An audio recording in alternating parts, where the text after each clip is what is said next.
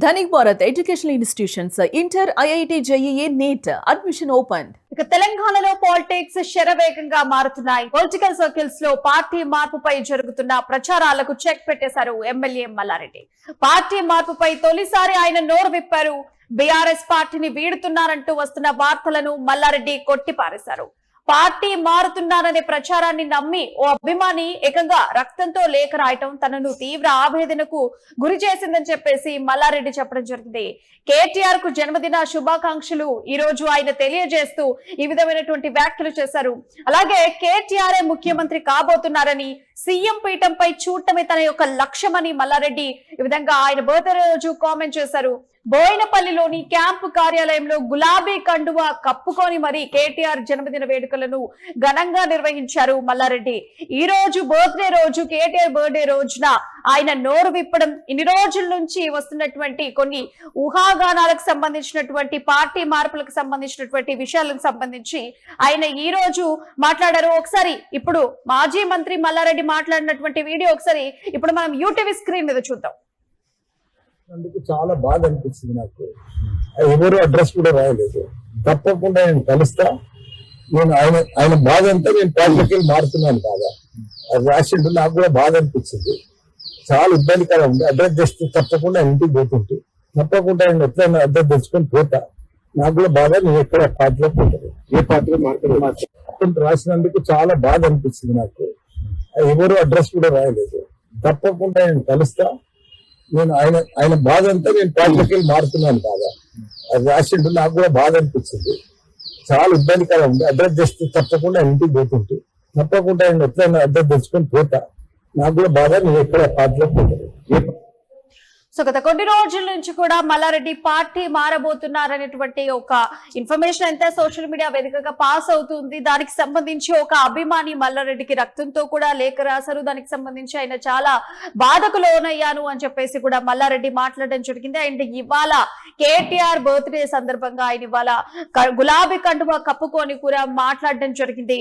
అసలు KTR next CM అవ్వడం నా ఒక లక్ష్యం అని చెప్పేసి ఆయన చెప్పడం జరిగింది. సో మొత్తానికి ఇన్ని రోజులు వస్తున్నటువంటి ఊహాగానాలకు ఇవాళ ఆయన చెక్ పెట్టేశారు. సో మొత్తానికైతే ఆయన బీఆర్ఎస్ పార్టీలోనే ఉంటానని చెప్పడం జరిగింది. అయితే ఇప్పుడు తెలంగాణలో పాలిటిక్స్ శరవేగంగా మారుతున్నటువంటి సిచ్యువేషన్ మనం చూస్తున్నాం. పొలిటికల్ సర్కిల్స్ లో కూడా పార్టీ మార్పుపై జరుగుతున్నటువంటి ప్రచారాలకు చెక్ పెట్టేశారు ఎమ్మెల్యే మల్లారెడ్డి. పార్టీ మార్పుపై ఆయన తొలిసారి ఇవాళ కేటీఆర్ బర్త్డే సందర్భంగా ఆయన మాట్లాడడం జరిగింది మల్లారెడ్డి. సో బీఆర్ఎస్ పార్టీని వీడుతున్నానని వస్తున్నటువంటి వార్తలను మేడ్చల్ ఎమ్మెల్యే మాజీ మంత్రి చామకూర మల్లారెడ్డి పూర్తిగా ఆయన ఇవాళ ఖండించారు. రాజకీయ వర్గాల్లో కూడా గత కొద్ది రోజులుగా తన పార్టీ మార్పుపై జరుగుతున్నటువంటి తీవ్ర ప్రచారానికి ఆయన ఈ రోజు అంటే జూలై 24 తారీఖున చెక్ పెట్టేశారు. బీఆర్ఎస్ వర్కింగ్ ప్రెసిడెంట్ కేటీఆర్ పుట్టినరోజు వేడుకల సందర్భంగా ఆయన ఈ వ్యాఖ్యలు చేయడం జరిగింది. తాను బీఆర్ఎస్ పార్టీని వీడటం లేదని, అవన్నీ కేవలం ఊహాగానాలేనని మల్లారెడ్డి స్పష్టం చేశారు. చివరి వరకు కూడా తాను గులాబీ జెండా నీడలోనే ఉంటానని తేల్చి చెప్పారు. సో తాను పార్టీ మారుతున్నాననే తప్పుడు ప్రచారాన్ని నమ్మి ఒక అభిమాని అంటే ఆయనకు రక్తంతో కూడా లేఖ రాయడం తనను తీవ్ర ఆవేదనకు గురి చేసిందని చెప్పేసి మల్లారెడ్డి ఆవేదన వ్యక్తం చేశారు. ఆ కార్యకర్త ఎవరో కనుక్కొని స్వయంగా కూడా ఆయనని కలుస్తానని చెప్పేసి ఆయన చెప్పడం జరిగింది. ఆయన ఎవరో ఖచ్చితంగా కూడా నేను కలుస్తాను, ఆయన భావోద్వేగానికి లోనైపోయి కూడా ఈ ఊహాగానాల వార్తలు ఆయన విని నేను పార్టీ మారుతున్నానేమో అనుకొని చెప్పేసి ఆయన రక్తంతో కూడా లేఖ రాశారు. సో అది నన్ను చాలా బాధ గురి చేసింది. ఆయన తప్పకుండా కూడా నేను కలుస్తాను, ఎంతో బాధ కలిగింది నాకు అని చెప్పేసి ఆయన ఇవాళ చెప్పడం జరిగింది. అయితే కేటీఆర్ పుట్టినరోజు సందర్భంగా ఆయన శుభాకాంక్షలు కేటీఆర్ కు తెలియజేశారు.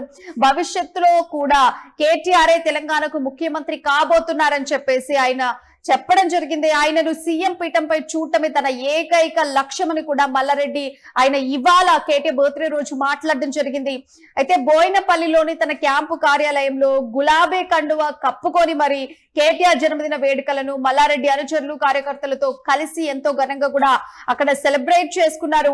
అయితే ఈ 2023 అంటే అసలు వివాదం ఒకవేళ ఇలాంటి ఒక ఊహాగానాల వార్త ఎక్కడి నుంచి క్రియేట్ అయింది అని కనుక మనం చూసుకుంటే 2023 తెలంగాణ అసెంబ్లీ ఎన్నికల్లో బీఆర్ఎస్ ఓడిపోయినప్పటి నుంచి మల్లారెడ్డి క్రమంగా పార్టీ ప్రధాన కార్యాలయమైనటువంటి తెలంగాణ భవన్ కు ఆయన రావడం తగ్గించారు. అయితే సభ్యత్వ నమోదు కార్యక్రమాలకు కూడా ఆయన హాజరు కాలేదు. చాలా ఎక్కువ బీఆర్ఎస్ సభలు చేస్తా ఉన్నా కూడా ఎక్కువగా సభలకు అటెండ్ కాకపోవడం, ఎస్పెషల్లీ తెలంగాణ భవన్ కి ఆయన వెళ్ళకపోవడం, ఎలాంటి సభలు పెట్టినా కూడా ఆయన ఎక్కువగా అక్కడికి హాజరు కాకపోవడం ఫస్ట్ ఇది మేజర్ గా కనిపిస్తోంది. ఎందుకంటే ఆయన ఇలాంటి ఒక ఊహాగానాలు పార్టీ మారుతారేమో అనేటువంటి ఇలాంటి ఊహాగానాలు ఫస్ట్ ఇక్కడ నుంచి స్టార్ట్ అయినాయి. ఆయన తెలంగాణ భవన్ కి రాకపోవడము, బీఆర్ఎస్ సభలు పెడితే అందులో హాజరు కాకపోవడం, ఇలాంటివన్నీ కూడా ఊహాగానాలకు స్టార్ట్ అయ్యాయి అన్నమాట.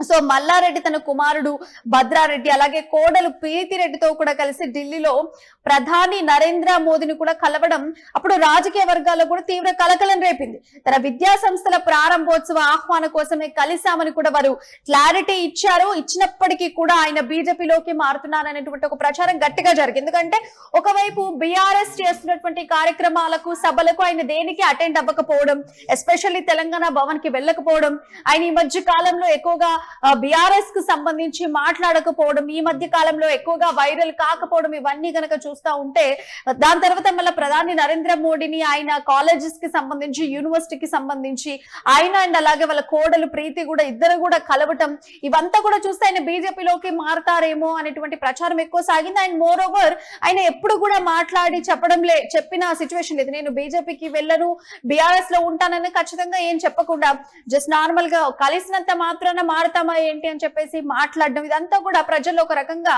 మారతారేమో, బీజేపీకి వెళ్తారేమో అనేటువంటి కొన్ని ఊహాగానాలు అయితే బయటపడ్డాయి. So Karnataka CM DK Shivakumar తో కూడా ఆయన భేటీ అయ్యారు.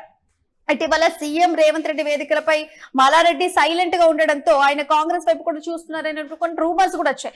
ఎప్పుడైనా కూడా మల్లారెడ్డి అని అంటే ఒక ఫైర్ బ్రాండ్ గా చూసారు, ఏదైనా టిట్ ఫర్ టాట్ ఇస్తారు అనే విధంగా చూసారు. ఏదైనా మాట్లాడితే కథం సెన్సేషన్ క్రియేట్ చేసేటువంటి మల్లారెడ్డి ఒకవేళ రేవంత్ రెడ్డి ఇన్ని విధాలుగా కేసీఆర్ ని గాని, కేటీఆర్ ని గాని, బీఆర్ఎస్ నాయకులను గాని ఆయన ఎప్పుడు కూడా ప్రొవోక్ చేస్తూ వచ్చినటువంటి సిచ్యువేషన్స్ ఉన్నా కూడా మల్లారెడ్డి సైలెంట్ గా ఉండడము, టిట్ ఫర్ టాట్ ఇవ్వకపోవడము, ఆయన కామెంట్ కు ప్రతి కామెంట్ చేయకపోవడము, ఇవంతా కూడా చూస్తుంటే మేబీ ఆయన కాంగ్రెస్ లో కూడా మరి అధికారం ఉంది కాబట్టి అధిష్టానం వైపే చూస్తారేమో, కాంగ్రెస్ వైపు కూడా మొగ్గు చూపుతున్నారేమో అనేటువంటి కొన్ని అనుమానాలు, కొన్ని ఊహాగానాలు కూడా ఉన్నాయి. అంతేకాకుండా ప్రధాని నరేంద్ర మోడీని కలవడం ద్వారా ఇటు బీజేపీ కూడా వెళ్తారేమో అనేటువంటి కొన్ని ఊహాగానాలు కూడా వినిపించాయి. సో మొత్తంగా అయితే బీఆర్ఎస్ ని వీడతారేమో అనేటువంటి కొన్ని వార్తలు కూడా వచ్చాయి. ఇవన్నీ వచ్చినప్పటికీ కూడా మల్లారెడ్డి ఎక్కువగా రెస్పాండ్ అవ్వకుండా ఉండేవారు.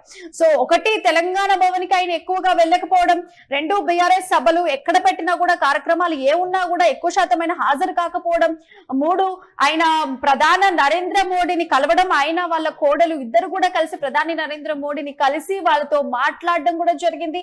అండ్ ఈ రకంగా చూసుకుంటే బీజేపీకి వెళ్తారేమో, బీజేపీకి వెళ్ళేటువంటి ఆలోచన ఉందేమో అని చెప్పేసి ఆ రకంగా కూడా కొన్ని వార్తలు వచ్చాయి. అండ్ దాని తర్వాత రేవంత్ రెడ్డి ఎప్పుడు మాట్లాడినా కూడా కౌంటర్ ఇచ్చేటువంటి మల్లారెడ్డి, బీఆర్ఎస్ లో ఒక ఫైర్ బ్రాండ్ గా ఉన్నటువంటి మల్లారెడ్డి మాట్లాడకపోవడం, ఇవంతా కూడా ఎక్కడైతే పార్టీ ఉంటుందో అక్కడ ఉండకపోవడం, పార్టీ సభలు పార్టీ కార్యక్రమాలు చేస్తా ఉన్నా కూడా ఆ ప్లేస్ లకు హాజరు కాకపోవడం, ఇవంతా కనుక చూస్తా ఉంటే మల్లారెడ్డి వేరే పార్టీకి మారుతారేమో, వేరే పార్టీలోకి వెళ్ళిపోతారేమో, అది కాంగ్రెస్ కావచ్చా బీజేపీ కావచ్చా అనేటువంటి ప్రచారాలు అయితే ఓవైపు జోరుగా జరిగినాయి. అండ్ మోర్ ఓవర్ ఇక్కడ పార్టీ వాళ్ళు కూడా మారుతారు లేదు అనేటువంటి విషయాన్ని కూడా ఎట్లాంటి క్లారిటీ ఇవ్వలేదు. అలాగే మల్లారెడ్డి కూడా ఇన్ని రోజుల నుంచి క్లారిటీ ఇవ్వలేదు. ఇవాళ కనుక చూసుకుంటే కేటీఆర్ బర్త్డే సందర్భంగా మల్లారెడ్డి ఆయన అందరికీ ఒక చెక్ పెట్టే విధంగా సమాధానం చెప్పేశారు. ఒకటే మాటలో ఈ నెక్స్ట్ సీఎం నేను కేటీఆర్ అవ్వాలి, అదే నా ఏకైక లక్ష్యం అన్నట్టుగా కూడా మల్లారెడ్డి ఈ రోజు ఆయన బర్త్డే సందర్భంగా ఆ సెలబ్రేషన్ ని అనుచరులతోటి, కార్యకర్తలతోని అందరితోనూ కూడా బోయినపల్లిలో ఆయన చేసుకోవడం జరిగింది. అదే విధంగా గులాబీ కండువా ఇవాళ ఆయన కప్పుకొని మరి బర్త్డే సెలబ్రేషన్స్ చేశారు.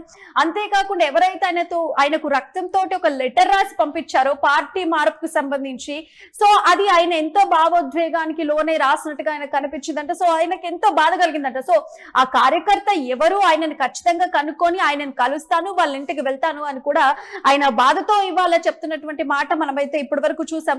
సో మొత్తానికైతే మల్లారెడ్డి అందరికీ ఒక చెక్ పెట్టేశారు. నేనైతే పార్టీ మారే ఉద్దేశం లేదు, నెక్స్ట్ సీఎం నేను కేటీఆర్ ని చూడాలనుకుంటున్నాను అని చెప్పేసి ఒక్కసారిగా చెప్పడంతో ఇన్ని రోజులు ఉండేటువంటి ఊహాగానాలకు ఒక్కసారిగా చెక్ పడ్డట్టయితే కనిపించింది.